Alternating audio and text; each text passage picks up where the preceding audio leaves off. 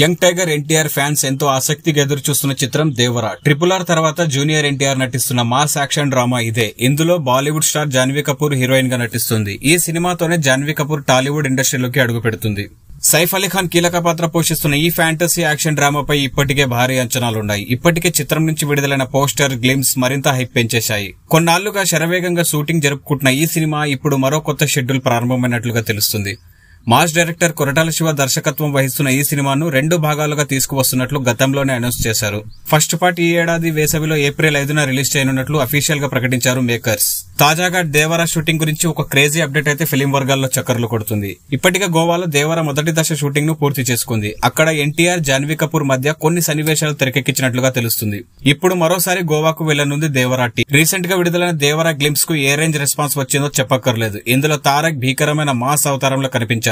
ఈ చిత్రాన్ని Yuvasudha arts, NTR arts సంయుక్తంగా నిర్మిస్తున్నాయి. ఇందులో ప్రకాష్ రాజ్, శ్రీకాంత్, షైన్ టామ్ చాకోస్, నరైన్ కలయారసన్, మురళీ శర్మ కీలక పాత్రలు పోషిస్తున్నారు.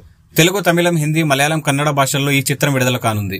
అంతేకాదు ఈ సినిమా హిట్ అయితే ఏంటి 100% హిట్ కొడుతుంది, నో డౌట్. సినిమా హిట్ అయితే ఎన్టీఆర్ పేరు మీద ఒక కొత్త రికార్డ్ క్రియేట్ చేస్తుంది ఈ సినిమా. అదే రాజమౌళి సెంటిమెంట్. రాజమౌళి డైరెక్షన్ లో సినిమా చేసిన తర్వాత ఏ హీరోకి హిట్ పడలేదు. కానీ కొరటాల టేకింగ్ చూస్తుంటే ఈసారి ఎన్టీఆర్ ఆ సెంటిమెంట్ ని బ్రేక్ చేసేలా ఉన్నాడు. All the best to Devara team.